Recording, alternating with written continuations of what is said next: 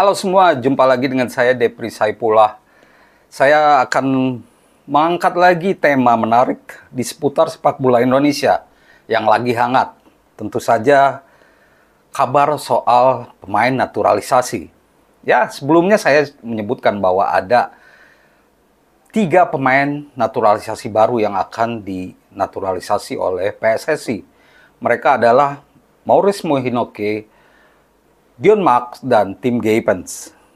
3 pemain ini diplot untuk masuk ke timnas U20 asuhan Indra Safri, tapi tidak menutup kemungkinan untuk gabung dengan timnas senior yang diasuh oleh Sinteyong. Tapi muncul kabar bahwa 3 pemain naturalisasi baru yang akan dinaturalisasi oleh PSSI kemungkinan besar tidak bisa tampil 3 pemain naturalisasi. Salah satunya kemungkinan tidak bisa dinaturalisasi. Pemain yang dimaksud yaitu Maurice Mohinoke. Sayang banget. Saya cukup kecewa dengan kabar ini ya. Kabar soal ini ya diapungkan oleh salah satu YouTuber sepak bola, yaitu Bung Binder ya. Dan menurut saya pasti ada dasarnya mengapa beliau atau dia mengatakan hal tersebut. Walaupun saya berharap ini tidak betul ya. Maurice Mohinoke terganggu oleh atau terbentur oleh aturan bahwa seorang pemain bisa pindah kewarganegaraan berdasarkan Statuta FIFA artikel 6, dinyatakan bahwa seorang pemain bisa pindah warga negara kalau ada 4 syarat, yaitu lahir di negara tersebut, kedua, orang tua sang pemain lahir di negara tersebut, lalu ketiga, kakek atau nenek pemain tersebut lahir di negara Indonesia ya, dan keempat, pemain tersebut sudah tinggal di Indonesia selama 5 tahun beruntun sejak berusia 18 tahun. Nah, kalau poin keempat mungkin Hinoke tidak masuk ya, karena dia juga baru menginjak 18 tahun. Tapi poin yang paling penting yaitu poin ketiga, yaitu kakek dan nenek. Karena garis keturunan Maurice Mohinoke ini dikabarkan berasal dari buyut atau ayah dari nenek sang pemain. Nah, ini tidak bisa, ini tidak masuk dalam aturan FIFA. Ya, PSSI belum mengkonfirmasi soal ini, tapi kita harus siap-siap saja kalau memang Maurice Mohinoke tidak bisa dinaturalisasi. Atau apakah ada upaya juga dari PSSI untuk mengajukannya lewat CAS. Tapi kalau memang dasar hukumnya atau fakta hukumnya memang sudah tidak bisa ya, menurut saya susah juga. Ini sungguh menjadi pukulan buat kita, timnas Indonesia, karena Maurice Mohinoke salah satu bakat pemain yang cukup menonjol. Dia memiliki skill yang di atas rata-rata. Dia memiliki body balance, dia memiliki kekuatan yang dibutuhkan oleh timnas Indonesia menghadapi lawan-lawan berat. Maurice Mohinoke bisa memperkuat lini depan timnas Indonesia. Sangat disayangkan, skillnya tidak bisa dipakai oleh timnas Indonesia kalau memang gagal menjadi warga negara Indonesia. Tapi PSSI belum memberi konfirmasi. Semoga saja salah atau ada celah lain yang bisa dipakai agar Hinoke bisa gabung. Tapi kalaupun tidak gabung, ya kita harus menerimanya. Dan berarti ada 2 pemain saja yang akan dinaturalisasi oleh PSSI, yaitu Dion Max dan Tim Geipens. Sayang sekali 2 pemain ini posisinya sudah penuh menurut saya ya. Dan paling mungkin fokus di timnas U20.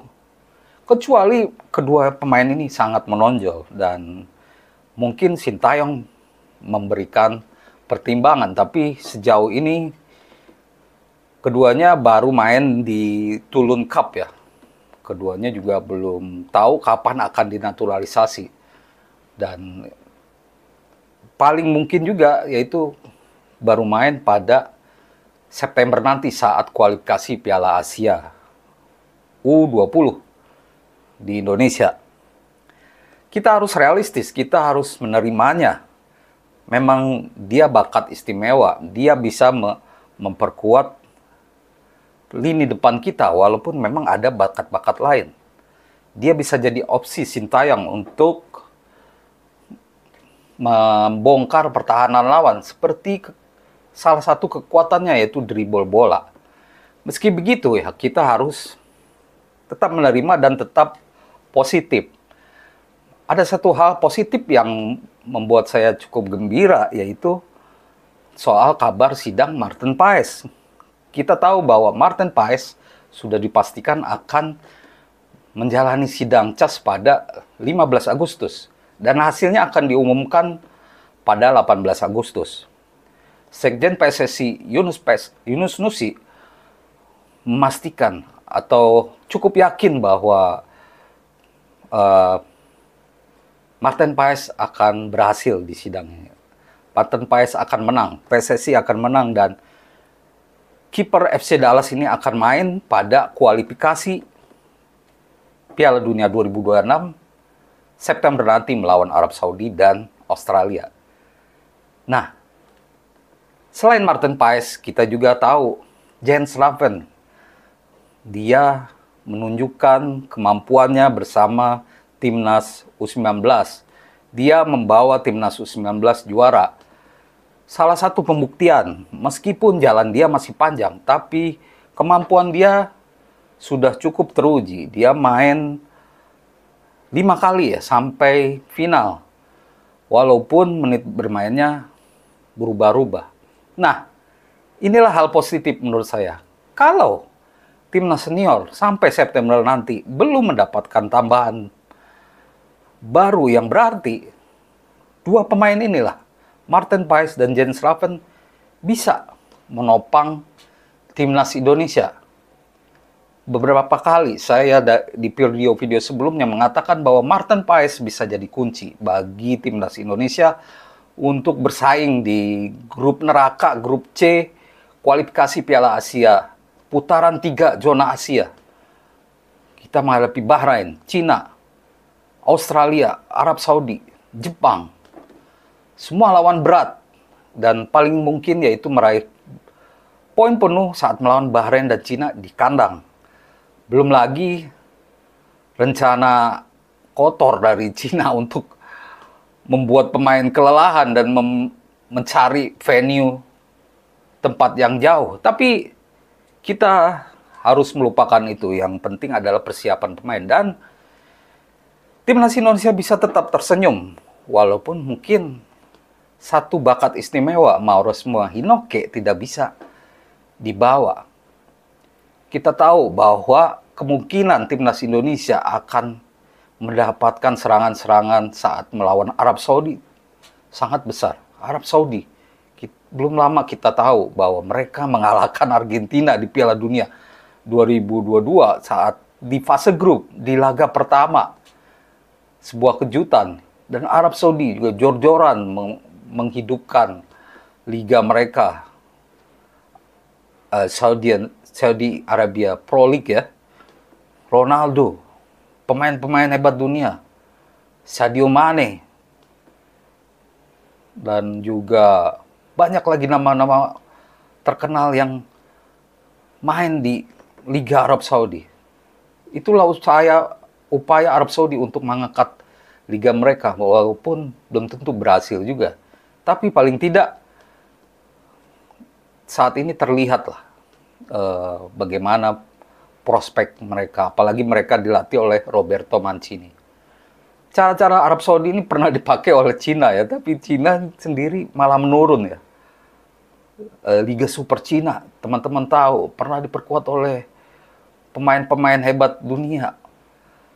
Pemain yang masih subur di Eropa rela pindah ke Cina hanya untuk meraih uang yang lebih banyak, padahal prospeknya turun. Tapi pengaruhnya ke pemain Cina juga ternyata tidak begitu signifikan. Bahkan Cina malah beberapa tahun ini malah menurun ya.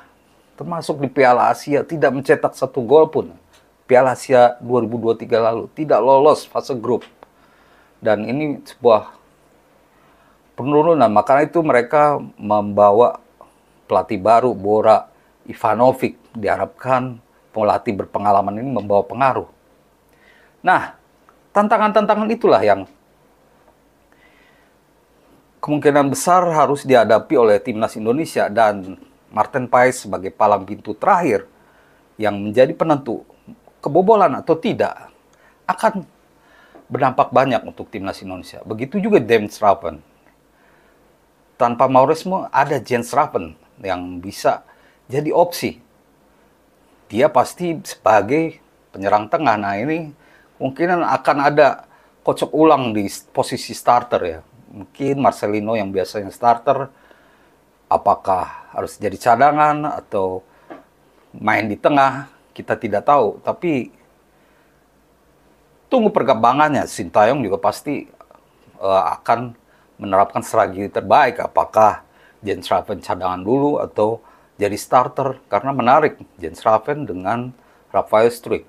Di kanan bisa Ragnar, bisa juga Marcelino. Jadi menurut saya, walaupun mungkin naturalisasi Hinoke terancam batal, kita tetap bisa optimis. Demikian teman-teman ulasan saya soal pemain naturalisasi. Semoga menjadi informasi yang baik untuk teman-teman semua. Jangan lupa komentar dan tentunya like video ini. Terima kasih dan salam olahraga.